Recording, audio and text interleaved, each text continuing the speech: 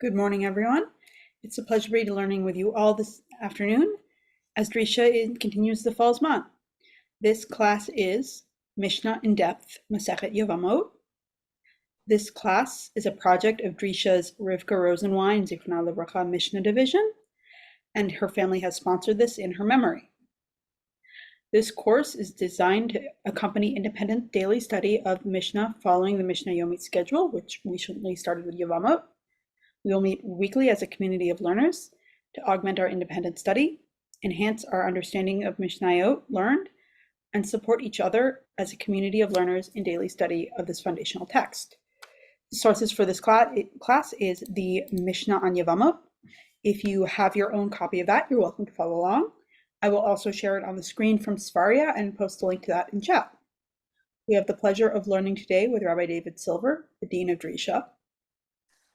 If you have questions during class, please feel welcome to ask them in chat, both on Facebook and on Zoom.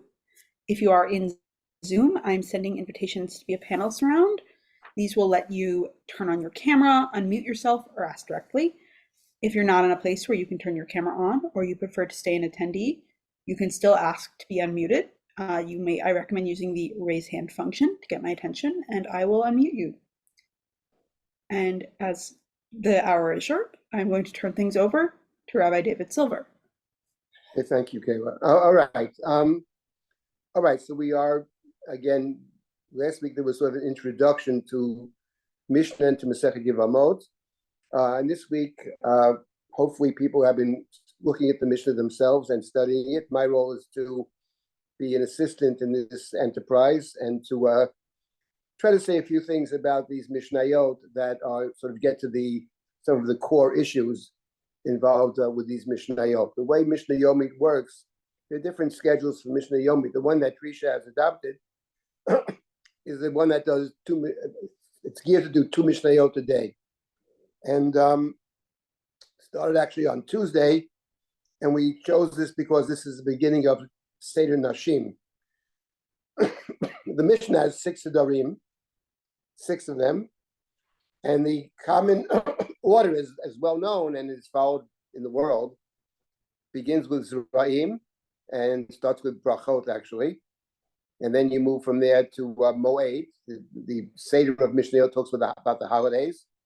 The third, which was begun on Tuesday, is called Seder Nashim, deals with the issues of marriage, divorce, those kinds of issues. Then there are 3 more afterwards. There is Nizikin, damages. Kodshim deals with the sacrifices in the temple. And finally, Tarot deals with ritual purity and impurity. That's the well-known 6 Sedarim of the Mishnah. There is, however, less well-known, another version of the six Sedarim of the Mishnah. And that's found in the Midrash on the 19th Psalm. 19th Psalm is a psalm that we recite on Shabbat in Psukei de Zimra. Hashemayim Misabrim Kvodeo, very beautiful psalm. Towards the end of that psalm, it talks about God's Torah, Torah Hashem Tmima. And there's a drasha on those verses at the end of Psalm 19, and they have a different order of the Mishnah. And the first, in this order of the Mishnah, believe it or not, the first set of Mishnayot is actually Seder Nashim. There was a very interesting article which I saw a while back by Professor Menachem Kahana. Menachem Kahana is a well-known professor in Israel who deals with mostly with Midrash Halacha. That is the Tannaitic commentary on the Torah, different books of the Torah, the Mechilta, the Sifra, the Sifrei, and he was considered perhaps the world's expert in those books. But he also talks about Mishnah because there were two fundamental pieces of literature that shaped Jewish learning for the last couple of thousand years. They are the Mishnah and the Medrash Halacha. We'll deal with that to some extent. It'll come up in terms of what they are. But it's interesting that in the Kahana pointed out that in the Medrash on Tehillim, which has the first Seder is Seder Nashim, and he pointed out, I don't want to spend too much time on this now, but maybe we'll come back to it. It's very interesting. The claim that Professor Kahana made is that, first of all, that the order of the Seder that's found in Tehillim, he thought is the more authentic order, that actually it's arranged in order of the number of tractates in each Seder. I'll get to that some other point, but they actually, two of them, he claims, two have 7 tractates, 2 have 11, and 2 have 12, and the order in Tehillim is 7, 11, 12, 12, 11, 7. So the 7 is Nashim, the first 7 is Nashim, and the last 7 is Nezikin. And it's not just an academic exercise. It may have certain implications for the very Mishnah itself. In any event, I simply point out that at least according to the other Seder, that's not followed. But according to the other Seder, you begin the study of Mishnah with Seder Nashim, which is what we're starting with. So in the spirit of that other Seder, we're starting in the right place.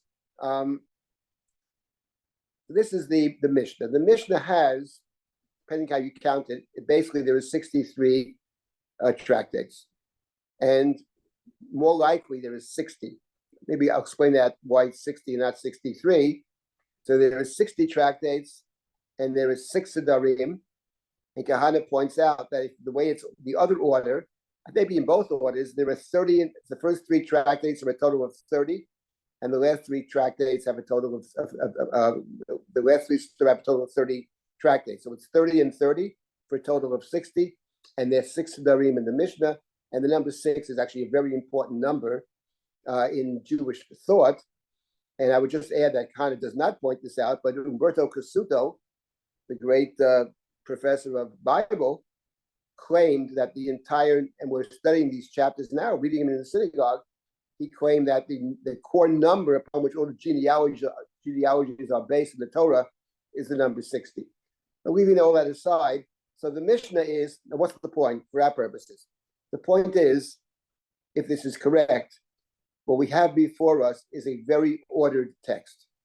6 Sedarim, 60 tractates, 30 and 30. So order seems to be the theme of the day is order. The Mishnah is an ordered text. And therefore, what's very surprising is when you study Mishnah, one of the main problems with the study of Mishnah is that the order is very strange. Got to try to figure out what in the world the redactor of the Mishnah, redactor perhaps composed, but more redactor, Rabbi Yehuda Hanassi, had in mind in terms of the ordering of the particular mishnayot, let's say within the tractate, and in general. And Yevamot that we've started to look at is a perfect example, because Yevamot starts in the strangest way. And if you want to see the difference between the Mishnah on one hand and another potential order, which makes a lot more sense on the surface anyway, you simply have to look at the Rambam's Mishnah Torah. The Rambam wrote his great work, Mishnah Torah, which is essentially, he called it Mishnah Torah. He wrote it, unlike some of his other works, he wrote it in Mishnaic Hebrew, and it's clearly based upon the Mishnah. So, for example, the Rambam's great code, unlike, say, the Shulchan Aruch and other codes, the Rambam wrote his code about everything. 6 Sedarim, that is to say, even including those things that presumably have very little relevance today, such as Kodshim, laws of the temple and the sacrifices. The Rambam counts that. Rambam has it in his Mishnah Torah. The Mishnah has it. The laws of ritual impurity, purity and ritual impurity, for the most part, is not observed today at all. Not at all. The red heifer, the parah aduma, we don't have these things. They're not relevant. Not today. They're included in the Rambam's Mishnah Torah, and they're in the Mishnah. So that's one of the questions. I wanted to get more into the details of these mishnayot, but you always have to bear in mind the big issues. And one of the big issues is, of course, the Seder of the Mishnah is an issue. But another issue is, why did Rabbi Yehuda Hanassi write this composition in the first place? There's nothing like it. For example, one thing we'll notice, you may have noticed already, that most of the Mishnah doesn't have names. Most of the Mishnah is actually anonymous. The Rambam's Mishnah Torah is totally anonymous. He says what he thinks. He's selecting laws, as he says in the beginning of his introduction. So the Mishnah is a book, actually, which works with topics. It's not working directly with the text, and it usually doesn't mention the biblical text at all. It's like coming out of nowhere. Now, there are allusions to the text all over the place, but it doesn't actually often make it clear and state it obviously. The Rambam, when he starts his Yibum v'chalitza, the laws of Yibum and Chalitza, he starts off in the beginning. So first he has the heading. There are three mitzvot over here, positive, negative, or whatever. There's a mitzvah of levirate marriage. There's another mitzvah if you don't want to do the levirate marriage. There's a ceremony called Chalitza. And there's the rules of the woman's status prior to Yibum and Chalitza. That's how the Rambam starts. Quotes the Torah verse. That's how he starts. Now let's look at the first Mishnah in Tractate Yevamot. And then I'm going to stop and take questions. Any questions, please. If I can be helpful, that's the point of this. But the first Mishnah in Tractate Yevamot is bizarre, to say the least. It starts, Chamesh Esrei Nashim Potrot Sarotein B'Sarot Sarotein Min HaChalitz to Min HaYibum Ad Sofa Olam. So that statement itself is hard to understand, and we will get to what it means. But there are 15 women who exempt their tsarot, and tsarot, I'll get to that in a moment, both from Yibum and from Chalitza. It says from Chalitza and from Yibum. It mentions Chalitza before Yibum in the Mishnah. It's called Tractate Yevamot. In other words, the Mishnah starts off by saying there are exemptions to the rule of Yibum and the rule of Chalitza. But the Mishnah hasn't even told us what the rule of Yibum and Chalitza is. You're starting with the exemptions. And not only with the exemptions, but even more bizarre is, not only does it exempt them, but it exempts tsaroteim b'tsarot tsaroteim. Now, if you did the Mishnah, you're following along in the Mishnah, now that the Mishnah, a later Mishnah will explain this Mishnah. But my point is, for starters, we ask ourselves the question, there are a lot of questions you ask when you study Mishnah, but one is why, what is the idea of studying this way? It's so, and this is true not only of Masechet Yevamot, it's true of all the mishnayot, that almost all of them, that the particular order is very strange. So there are a lot of meta questions that one can ask about the study of Mishnah, but there's also the actual Mishnah itself. What does the Mishnah mean? So let me just say a few words about this first Mishnah, and then I'll stop and take comments and questions, which is very important here. The mitzvah of Yibum, we discussed this last week, is found in the Torah. It's found in Sefer Devarim. And the Torah says if a man dies and he has no children, then it says his brother, ki yeshu achim yachdav, his ach, has the mitzvah to then marry his widow in order to raise up children, or the oldest one that will be born will be considered the child in some sense of his deceased brother. The brother's name will not be lost. It doesn't mean you name the child after the brother, but somehow the kin lines of the brother can be extended through his brother's marriage to his widow. That's what the Chumash says. I pointed out last week, for those who were here, that the rabbinic understanding of that verse is that it's talking about a brother. Because the word ach in the Torah can mean a brother, but it can also mean any kind of relative. It doesn't confine itself to a brother specifically. In fact, sometimes the word brother is used for any Jew. You shouldn't hate your brother in your heart. Doesn't mean your brother. It means anybody.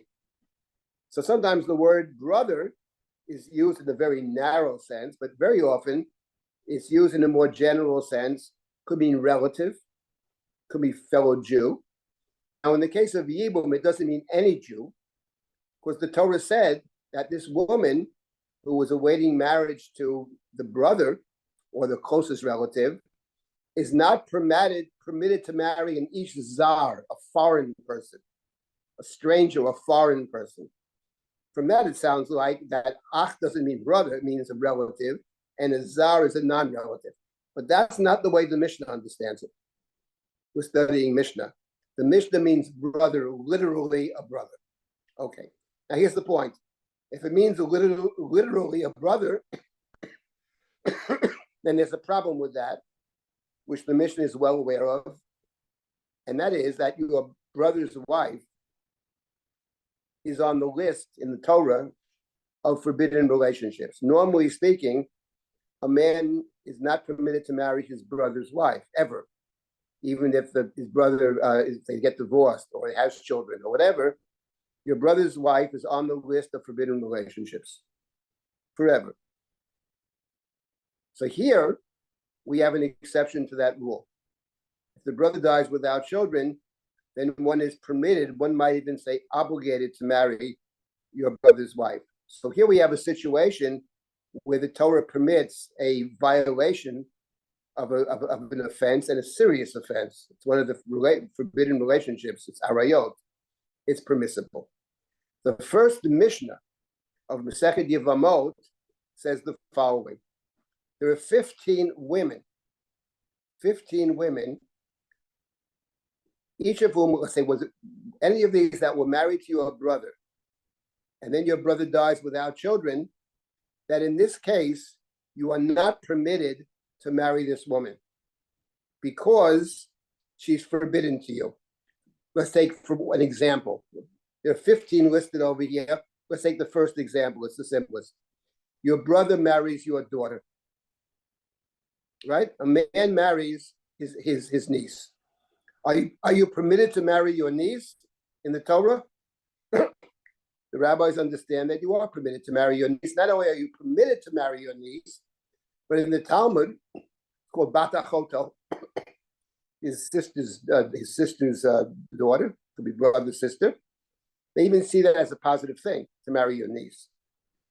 A man is not permitted to marry his aunt, but he's permitted to marry his niece. Gemara talks about that in many places. Avram did that. Yes, that's right. Avram married his niece. Probably Sarah is his niece. That's correct. That is that. By the way, that is probably the pshat in the Chumash. And lo and behold, the other day I was reading Josephus, and Josephus says straight out that Sarah is Abraham's niece. He says it straight out, actually. But the Midrashim suggested, it means it's very old Midrash. If Josephus has it, it's very old. And it probably is the pshat, that Yiscah probably is Sarah. But anyway, exactly. But if let's say so let's say Reuven and Shimon. That Reuven is married. Reuven marries Shimon's daughter. Then Reuven dies without children. So normally his wife, let's say Leah, would marry the brother Shimon, but Leah is Shimon's daughter. So Leah is not so Shimon is not permitted to marry Leah, even though if Leah were not Shimon's daughter, she under normal circumstances could also not marry because she's his sister-in-law. It's also forbidden. But that's okay. Sister-in-law is okay under these circumstances, but daughter is not. That's what all these listed, the 15 cases are cases where you can't do yibum. And here's the important point about the first Mishnah. You can't do yibum, first of all, or chalitza. Neither one of those two may you do. Neither is permissible under that case. There's no yibum and there's no chalitza. She simply leaves and can marry somebody else. That's one point. But the Mishnah added another detail over here, which is very strange, and that is that neither can the tzara. Now, what is the tzara over here? So what tzara, the word tzara is found in a couple of places in the Tanakh, but one place that it's found is in the Torah itself. There is a prohibition in the Torah to marry two sisters. I know Yaakov did it, but there's a prohibition in the Torah to marry two sisters. And the Torah says one man should not marry two sisters with tzrar, to cause one to be a tzara to the other, a rival. You have it in the story of Chana. Chana is, and Penina is b'chiyasata tzarata gamkas. So Penina was a tzara to Chana, and she made trouble for Chana. She would taunt Chana, and she would hurt Chana, etc. So that's called the tzara. So remember, in the mishnayot and Yevamot, in old times, before Rabbeinu Gershom comes along, about the year 1000 or so, a man is permitted to marry more than one woman. Make it have many wives. The woman can only have one husband, but a man can have many wives. The second wife, or the two wives, are tsarot to each other. So let's take the case of the Mishnah. It's very simply, Reuven has two wives. One wife is the daughter of his brother. He marries his niece, and he has another wife. Leah is the brother's daughter, but Rachel is not related to him at all. He's got two wives. Then he dies without children. So now both wives, we say, fall before the second brother. In other words, they're under normal circumstances, both women are eligible for Yibum. Were Reuven's not married to Shimon's daughter? Man is married to two unrelated women to his brother. He dies without children. Under that circumstance, each one of them is a candidate for Yibum. Now, you're not permitted to marry. The Mishnah will talk about this later. You can't marry them both. You marry one or the other.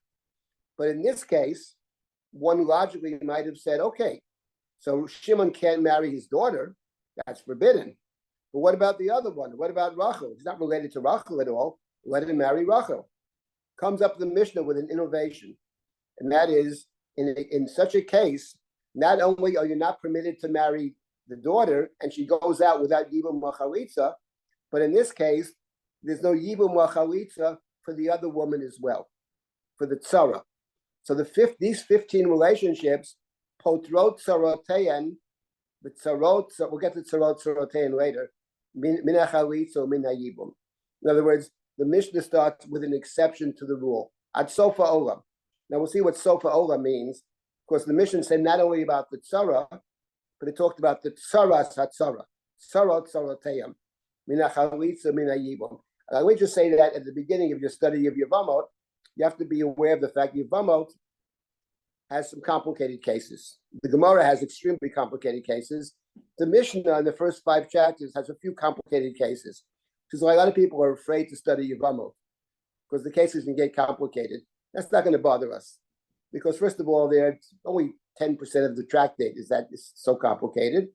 And the Mishnah is not quite as complicated as the Gemara. We're not going to get so deeply into it. I mean, each one does what they want to do, obviously. But in any event, but this is the first Mishnah.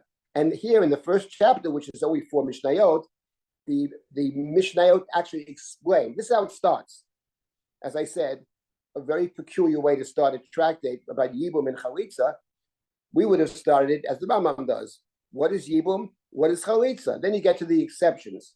But the Mishnah starts with the exceptions. Okay. And there are 15 exceptions. The 15 exceptions are all kinds of relationships that almost all of them are relationships. A daughter, a granddaughter, right? His wife's daughter, etc. Goes on. There's one case in the first Mishnah that's not a relationship situation. Towards the end of the first Mishnah, it says the Eshet Achiv Shelo Haya Bi'olamo. Everybody see that? Right. Eshet Achiv Shelo Haya Bi'olamo. Now, what does that mean? Eshet Achiv Shelo Haya Bi'olamo. So what it means is, and we'll see the following Mishnah will also explain it more, the following Mishnayot. But Eshet Achiv Shelo Haya Bi'olamo means the following case. Reuven is married. Reuven's married. Doesn't matter to whom. And he dies without children. Right?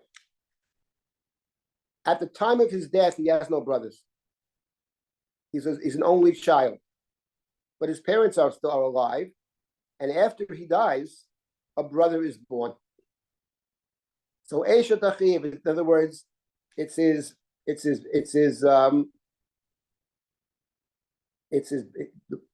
wife's, it's the brother of his wife, but he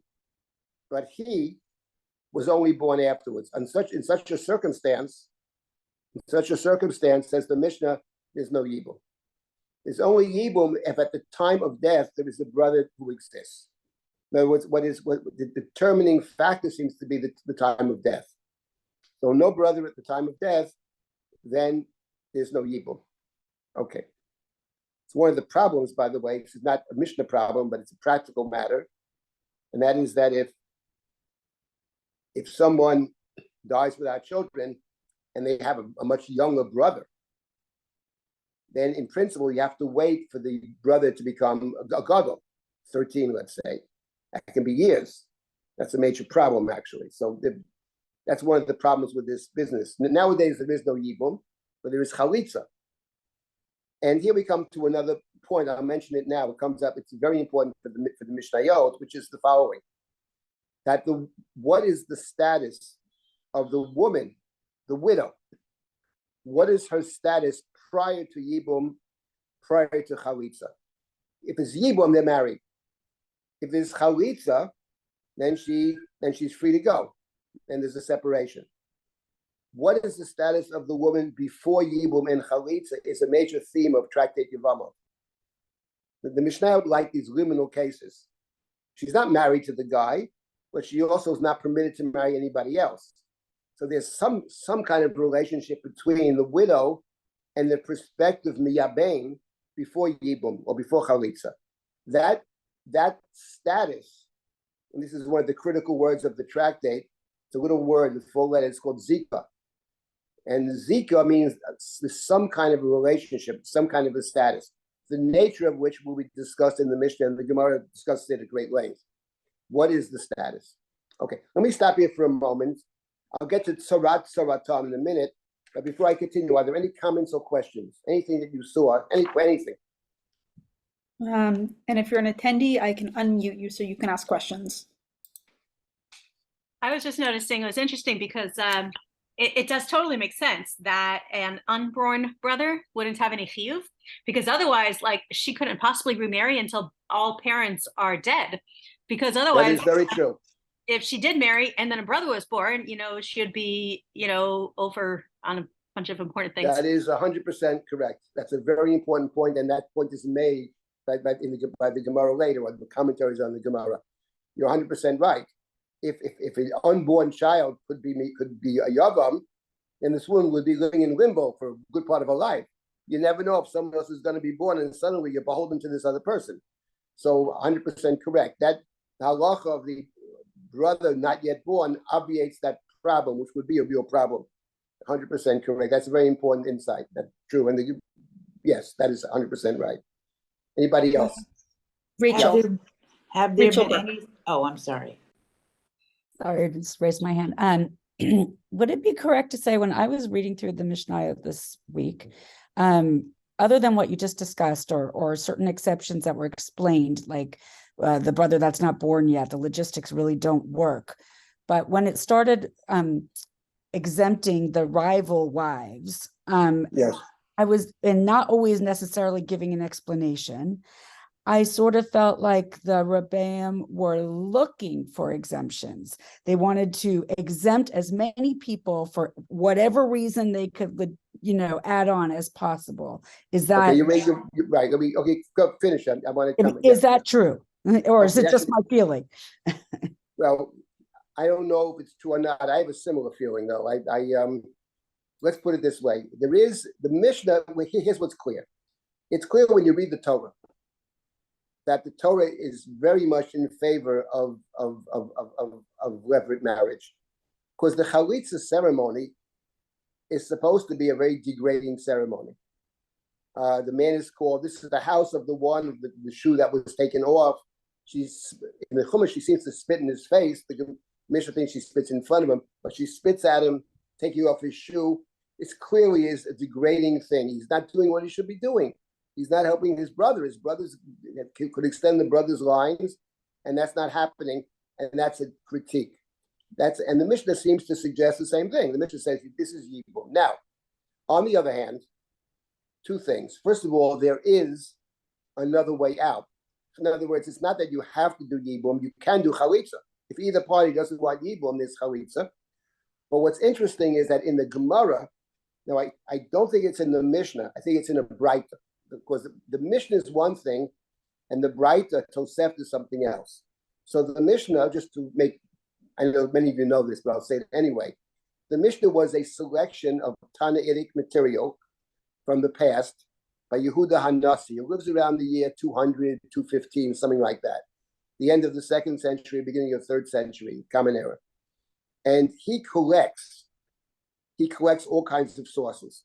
I don't want to deal now with where the sources come from. It's a very interesting question.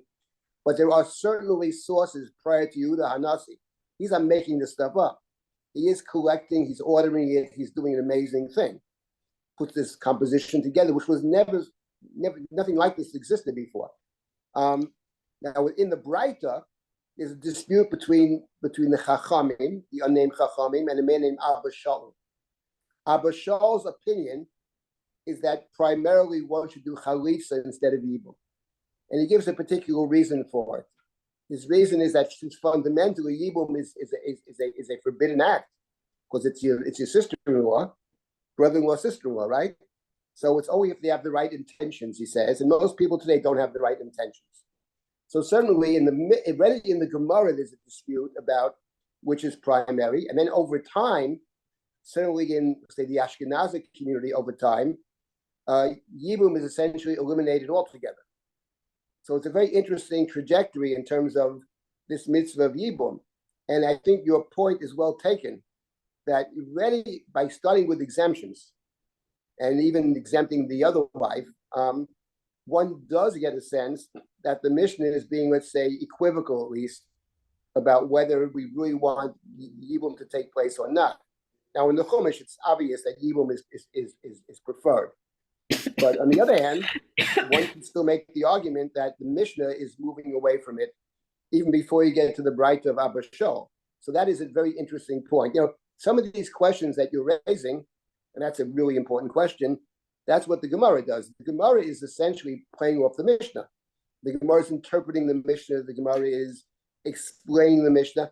And the Gemara, by the way, is doing something else, I would add, which is one of the big questions in the study of Mishnah, which has become a very interesting over the last couple of 100 years. There's a lot of interest in Mishnah, especially today. And one of the questions people ask about the Mishnah is, what is the Mishnah? I mean, Rabbi Yehuda Hanasi is writing a Mishnah. It's an amazing work. What is his intention? Is he writing a kind of law code? Or is he writing a kind of anthology? He's simply collecting a lot of different opinions over time. It's after the temple has been destroyed 150 years later. He doesn't want things to get lost. So he writes them down. He writes down what he thinks is the rule, generally speaking. Sometimes he calls it dispute. But is the function to be a law code? Is the function to be an anthology? Is this function to be a text that people will then go back and study? These are all the big questions. So, it's hard to know what his intention was in the first place. So the Gemara, of course, has all kinds of interesting disputes about the Mishnah, about other things. But the Mishnah is, one might say, that the beginning of Torah Sheba'al Peh, the beginning of this whole interpretive tradition, to some extent for us, is in fact the Mishnah, which is why, I call it the gateway. And I just came across a class the other day where the teacher called the Mishnah, after the Bible, the most important book the Jewish people have. And I'll tell you something, if you're talking about the observant community, I would make the argument it's even more important than the Bible. Because the Bible is, in many places, is seen as, okay, you study it, you're a kid and everything. You really want to learn Torah, you study Mishnah, you study Gemara. So, in other words, the Mishnah is of supreme significance. But the question you raise is a very important one. And those are the kinds of things, among others, that the Gemara does. The Gemara tries to interpret in that sense. Okay, let me just, anybody else? Comments or questions? Debbie? Yes? I was just thinking, does anybody, your answer to Rachel partially answered it, but is there any place where it's discussed why it opens with this lengthy, convoluted, detailed exception to Yibum that they want chalitza, Look, there are people in present day Israel. Look, there are many works on the Mishnah. Over time, we'll discuss some of the works. There is, and it's things, in terms of I would say by the Mishnah. There are certain people who wrote about the Mishnah. More classical people that write about the Mishnah. The Rambam wrote a Perush HaMishnayot. We'll come back to that at some other point, but there's the Bar Tanura. There are people that wrote about the Mishnah, and then you can Google and see stuff on the Mishnah. But in present day Israel, there are many, many academics who talk about Mishnah.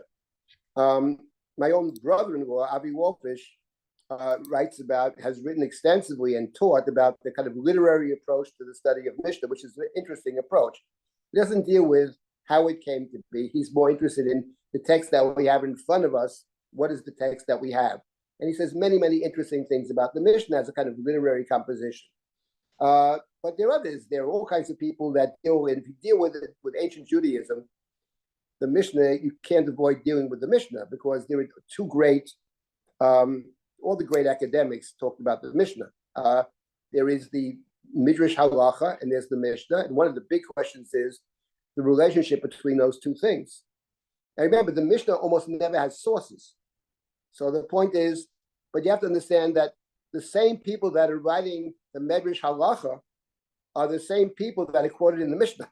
It's not two different people. It's Rabbi Akiva, who's maybe the most important person in, of course, most of the mishnayot are pupils of Rabbi Akiva. But Rabbi Akiva also deals with the Midrash Halacha. He's one of the two great schools of Midrash Halacha. So these kinds of questions are dealt with. You can Google it in terms of the the academics. Certainly over the last 100 years, there's a ton of stuff on the Mishnah. Of course, they deal with it. Well, they come up with a satisfaction. I mean, Avi tries to see some kind of literary sense of the Mishnah, but it's certainly the case that virtually every tractate, the order is exceedingly odd, exceedingly so. And you'll see, if you get into the Mishnah, you'll see for yourselves how strange it is.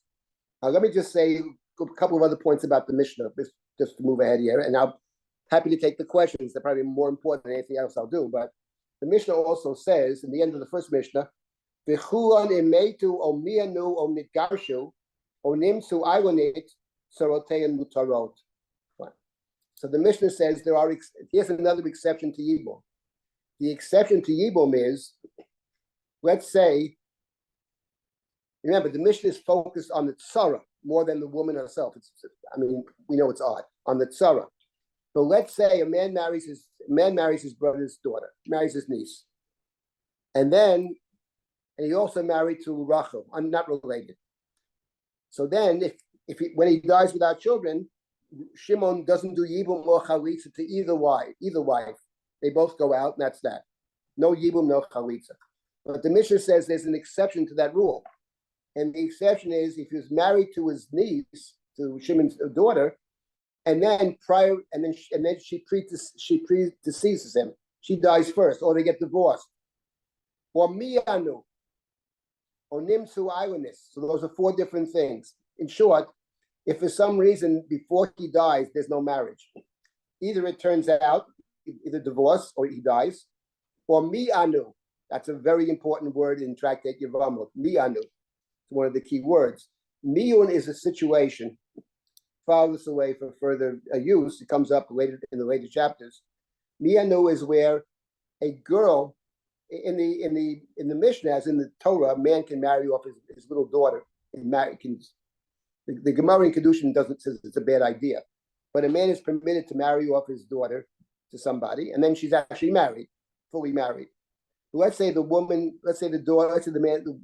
girl is an orphan. She has no father. And under those circumstances, the Mishnah talks about the permissibility of her older brother or mother to marry her off. So she's 6 years old and she's married. But in that case, if when she turns 12 years old, she says, I don't want to marry this guy, I don't like him or whatever, then she leaves and there's no get required in that case. It's as if they were never married, actually. Let's put it that way. That's called miyun. So it sort of retroactively annuls the marriage. It's kind of annulment. Or nimsu iwanis, so it turns out the woman, let's say, is an iwanis, so she can't have children or whatever. In that case, the Mishnah presumes that in certain cases the marriage is annulled from the outset because he wouldn't have married her under those circumstances. In short, all of these cases, if at the time of death he's no longer married to he no longer has a marriage relationship to the daughter, then the tzara is permitted. Then the tzara can have yibum or can have chalitza.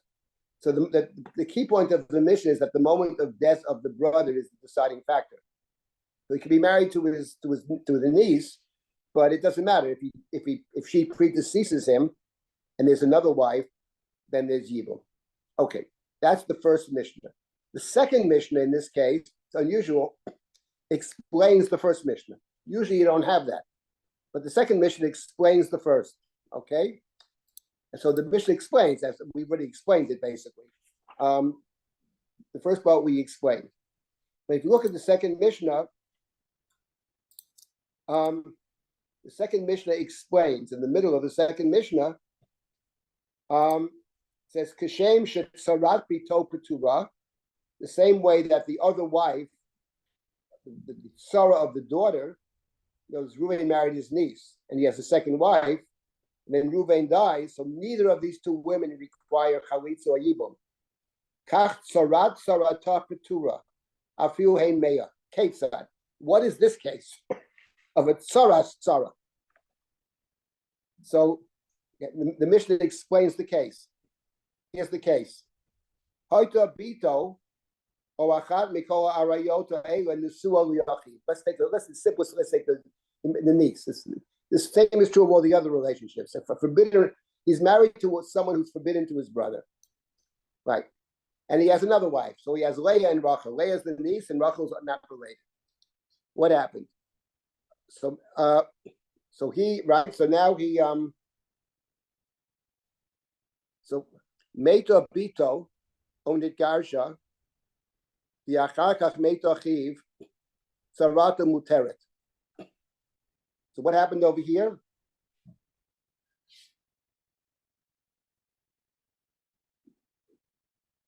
No, this is the first one. This explains. No, this explains the first that we explained already. One second. Let's get to the other case. Where is this other case?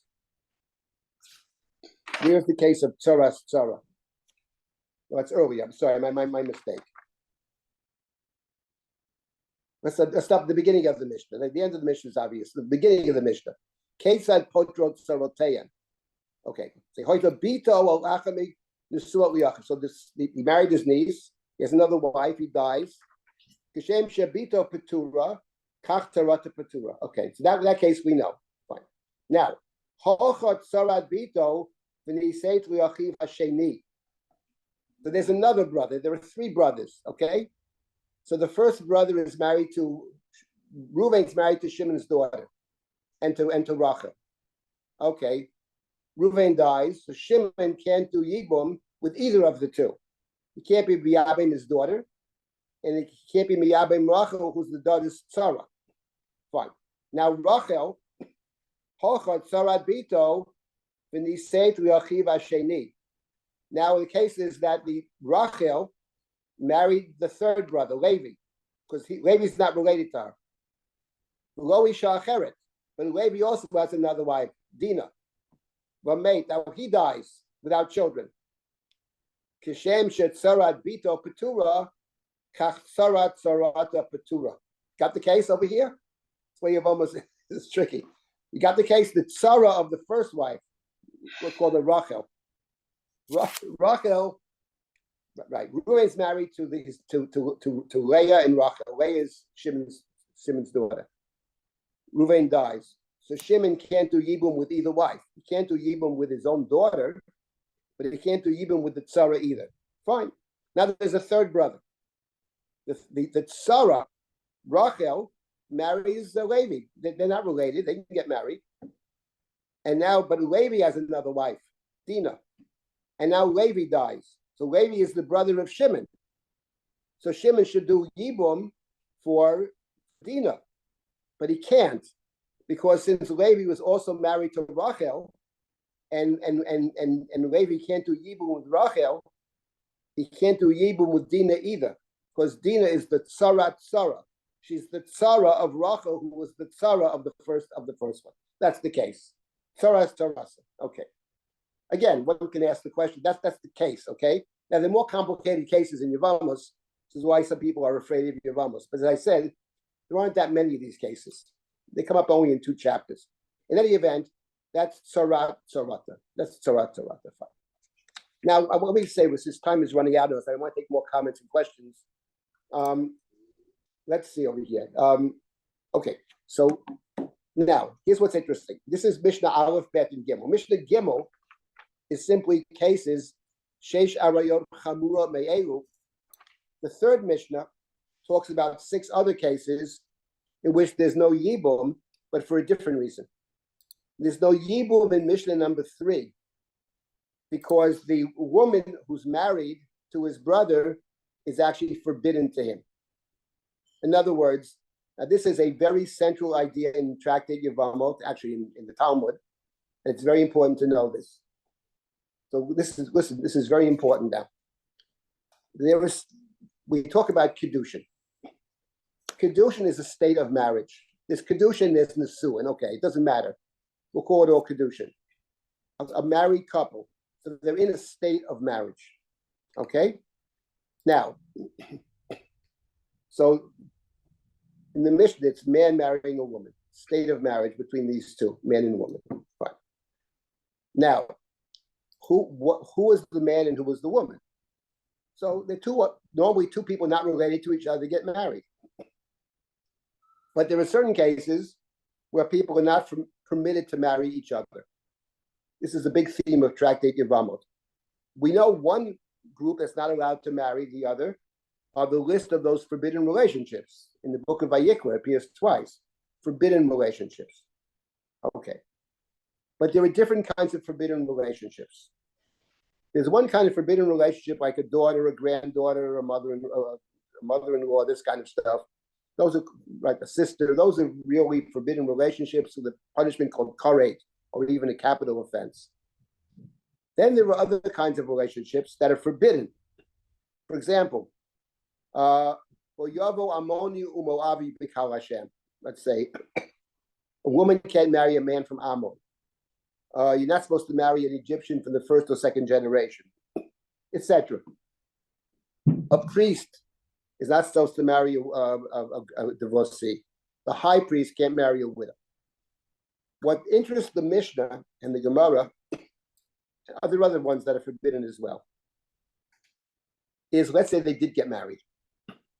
Let's say they did. A Kohen married a Grusha. Okay, it's not supposed to do it. He did it. Are they married or not? So here we have a great dispute in the Mishnah. The majority view is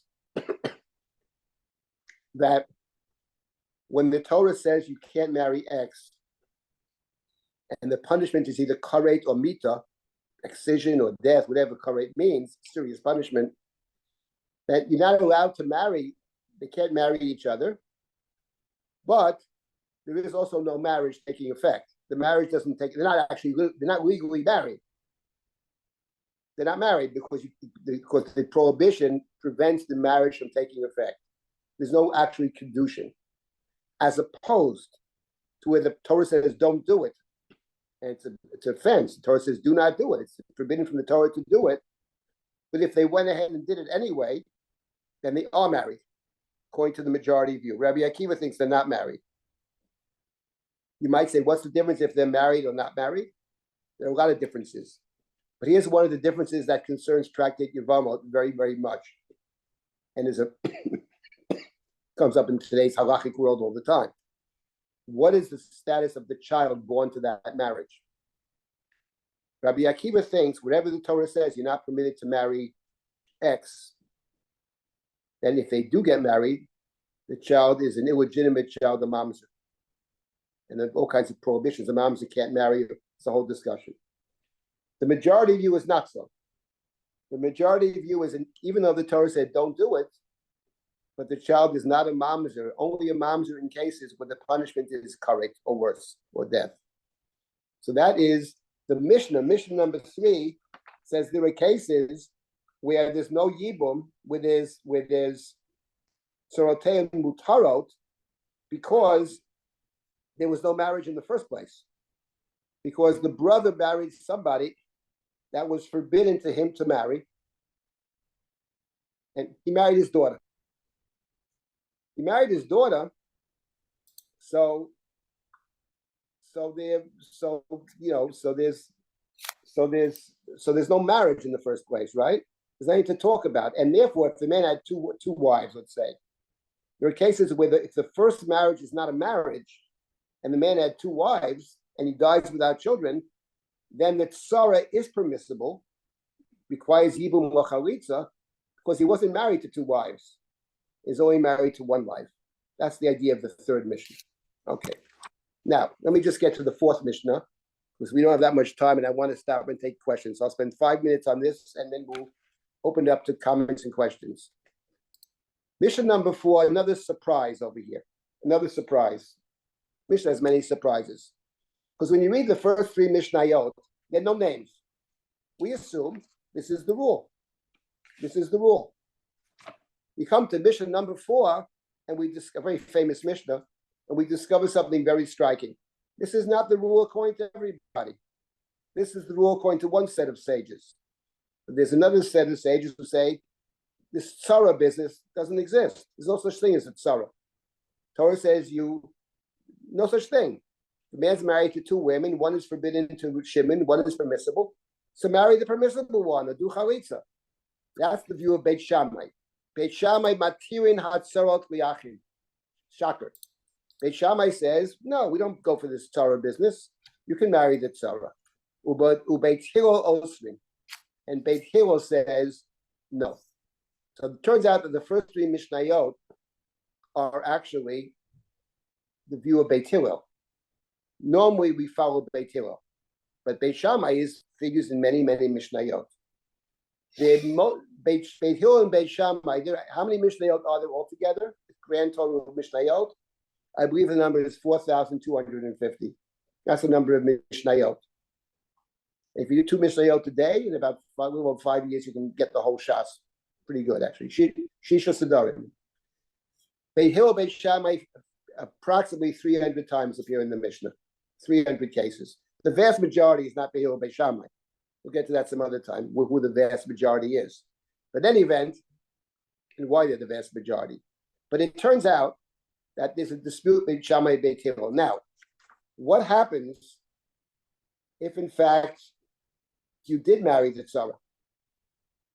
In other words, if you marry the tzara, let's say Beit Hillel says you're not supposed to marry the tzara because the tzara is forbidden, right?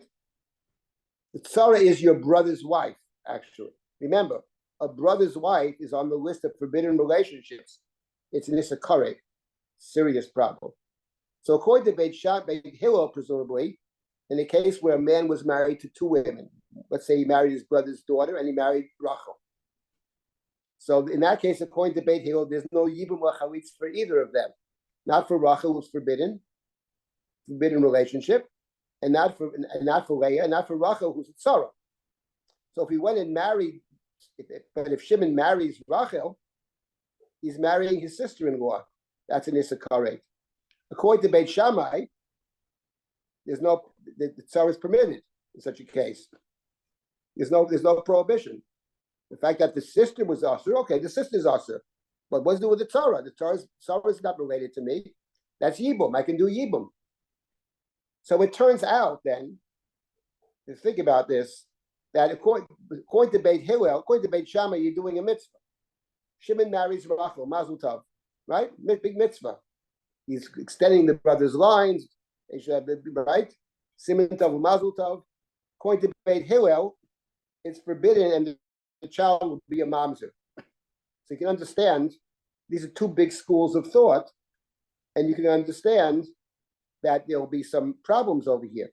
So the Mishnah famously says that even though they disagree, this last Mishnah of chapter 1, Lo nimnu Beit Shammai mi Risa nash mi Beit Hillel, Lo Beit Hillel mi Beit Shammai. Nonetheless, the 2 different schools would marry women, men and women of the other camp. That is to say, the Gemara says they wouldn't marry these women, but they would decide to say to them, listen, this person's okay according to you. We disagree about this one, but this one over here, you can trust us that there's no problem. And disagreements against, they believed each other when it came to marriage, and they believed each other when it came to Tumah and Tara, because there were many disputes. Is this Tumah, is this Tar? So Beit Shammai would say, listen, Beit Hillel, we think this is Tar, but that over there, that's okay. You can rely on that. Beit Hillel didn't suspect each other, that they would mislead them, despite the fact they had very deep disagreements about many rules, but they also trust the other side to say, we disagree about that, but as far as this, you can trust me that that's okay, even according to you. That's what the Mishnah says, and the Gemara picks up and runs with this idea. So let me just stop here. Unfortunately, our time has run out. Let me stop and take comments or questions about any of these mishnayot, either the ones we've discussed now, or even the first few mishnayot in the second chapter. If anybody has any questions, we'll try each week to try to keep pace. Evelyn, can you unmute yourself? Yeah. So at this point, after so many little details here, I've kind of lost my train of thought. But it seems clear that Yibum is only required once, one brother, and if he is either miyabem or he does chalitza, the next brother is not required to do anything. Is that right? That's true. That is correct. It's one brother, and the Mishnah later on will discuss which brother. Right, and then this in Mishnah one brother Bet, and one wife per brother. But in a case where they say there's three brothers and two died together at the same time without children, then the third brother can marry one wife from each brother. That is true. Now the Gemara talks about that. Yeah. In Mishnah Bet, you had the example where there was a second brother. Yes. With three brothers. So the second one there was remaining alive, and he's permitted to marry the tzara. But isn't he also permitted to marry the first wife, the bat of the other brother? Yes, he would be, but I see what you're saying. Yes, he would be marrying his wife. Right, he could, right. And then he could also marry her. He could marry both wives of the first brother that passed away. That's right. He wouldn't be forbidden to that, right? Presumably, he's not related to them, right? It's only the second brother, right? One other kind of unrelated question. It's hard to keep track what mishnayos you should learn on which, the calendar. Is there a calendar? There is a calendar. It's 2 mishnayot a day. Let me see if we can get you that calendar. This is a very simple calendar. It's not done. There's no. The point is not to think too much. It's every day. It's 2 mishnayot a day. Right, but now, then if you want to know what you're up to, you got to go to the beginning. Right. Well, in other words, the point is you do 2 a day. If you missed a couple of days, you can catch up. The idea is to do 14 a week, 2 a day. The idea is actually to part of this Mishnah Yomit thing is what I like about it.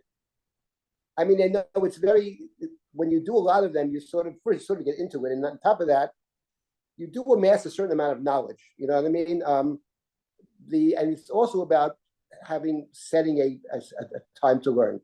I mentioned this last week. It's good. There's so many things going on in our lives today, personally, in the life of our people and community, and all this. It's easy to get distracted and to say to yourself, there's so many important things in the world that we have to deal with. But I do think it's also a good thing to have a certain amount of discipline in our own lives, and the idea of setting aside, even if it's 20 minutes a day or whatever time it takes, to study something, and then you get into it, and you at the end of a certain amount of time you feel you really accomplished something, and you get insight, and people take with it what they take from it. I think that's a good idea. The Gemara says, right? The same Gemara talks about Mishnah. Actually, it's the next line in the Gemara. It says study of Mishnah, and then it says, but they ask you 3 or 4 questions when you leave this world. Did you set aside time to learn? And the third question was, did you pray for redemption? As I mentioned last week, we all pray for redemption, pray for salvation, but it's important to try to maintain some kind of seder in our lives, I think, even with all the crazy stuff going around. So in any event, that's the idea of the Mishnah Yomit. And the Daf Yomi too is a similar idea. So yes, Yevamot is complicated cases. Not all of them. Again, it's overstated. But if you get through Yevamot, not that it's smooth sailing afterwards, but a lot of the stuff is much simpler. So we start off with something that's a little complicated, but it's as we'll see, the Mishnah does deal with certainly the real basics about the basics of Jewish law in the Mishnah. The Talmud and other generations take it in all kinds of directions, but this is what the Mishnah is. Okay, is there anybody else who wants to speak up? Also, anyone who's an attendee, I can unmute you. Just let me know. Evelyn, there is something called the Mishnah Yomit app. It's a calendar and it lists every day and you can look ahead. It's in brown and it's scripted, Mishnah Yomit. Okay, thank you. That's exactly what you want. I wanted to mention one other thing, actually, that next week there's a big event. Drisha has a major event in Teaneck. It's the yard site of Rifka Rosenwein. And she's the one that started us off on the study of Mishnah. All these Mishnah study now is in her memory. The Rifka Rosenwein Mishnah project. So next week there'll be a 20th yard site, actually. And there's a whole program in Teaneck. It'll be over Zoom as well. I'll be speaking at 10 o'clock about Mishnah in general, about the previous Seder of Moed in honor of Rifka, and also is sort of kicking off this Mishnah Yomit project. Mishnah is something that people can do in all different places, different generations, different ages, different backgrounds. It's not an impossible text. Some is a little more complicated than others, but it's a much more accessible. It can be done in English and Hebrew. So I really hope that everybody can get involved in it and tell your friends as well. So next Sunday there'll be I do plan to have a regular 1 o'clock class as well, in addition. That's the plan. And thank you all. Any suggestions for an English text translation? If you can find Kahati, it's Pinchas Kahati, wrote in Hebrew. I think it's been translated. Some of it's translated. There's, of course, always get Sefaria. You can check in Sefaria and see what they do with it. But Kahati's not bad. Pinchas Kahati, Kehati. I think it's in For Hebrew or for English? He wrote in Hebrew, but it's translated to English as well. I believe I saw No, I'm using the Hebrew one. I'm using the Hebrew one. He's pretty good, Kahati. He's pretty good, pretty basic, and he brings down different opinions, and he's pretty clear, I think. So outside of that, I don't know. There's probably other stuff as well. Sefaria, maybe you can check on Sefaria. You'll see I don't know what they use. One last question, just because we're going a bit over, is from Diane Wensler. Quote, I thought a mamzer occurred when a married Jewish woman had relations with a Jewish man who is not her husband. But it seems that the mamzer situation would happen if a woman married a Kohen who is not eligible. No. Yes, a married woman who has an affair with someone outside of marriage, the child is a mamzer. That's true. That is true. It's not only that; it's also incest. But Kohen doesn't create a mamzer. An unmarried woman sleeps with an unmarried Kohen and they have a child, or say divorcee or whatever. That child's not a mamzer. A mamzer is only those relationships which the resulting prohibition is either correct or capital offense. So Kohen, the prohibitions of the Kohen do not create a mamzer. A married woman does, and that's the major issue of mamzer with a married woman. That's the question about get. That all these problems of mamzerut have to do with basically married women. That's why the last 3 chapters of not the last 3, but the 3 chapters in Yevamot deal with aguna, because that's what the aguna question comes up mostly when a woman thinks her husband has died. That's what comes up in the Mishnah. Woman is told her husband died. She remarries. It turns out he's alive. So she's living with she's a married woman. They have a child. In principle, that child will be a mamzer. Now there's the people have spent countless hours trying to avoid that problem. But the fact of the matter is, that's primarily where it does come up from a practical standpoint. Incest is less frequent, but married women who didn't get a bill of divorce, for example, that kind of thing. We'll discuss it. This is the tractate where aguna is. Aguna is a Yevamot issue. Aguna is a Yevamot, Tractate Yevamot issue. We'll deal with it. All right, I'll stop at this point then. Okay, look forward to seeing you next week. All right. Thank you, everyone. I'm sorry thank you for all your questions. I'm sorry we didn't have time for answers. One point of housekeeping before I end. If you are joining from outside the US is switching over from summer to winter time next Sunday. We are currently at -4 UTC, and we will go to -5 UTC, or 5 hours behind Greenwich Mean Time. If you are not in the US, please double check the time to make sure that you do not miss another wonderful session. And with that, Take care.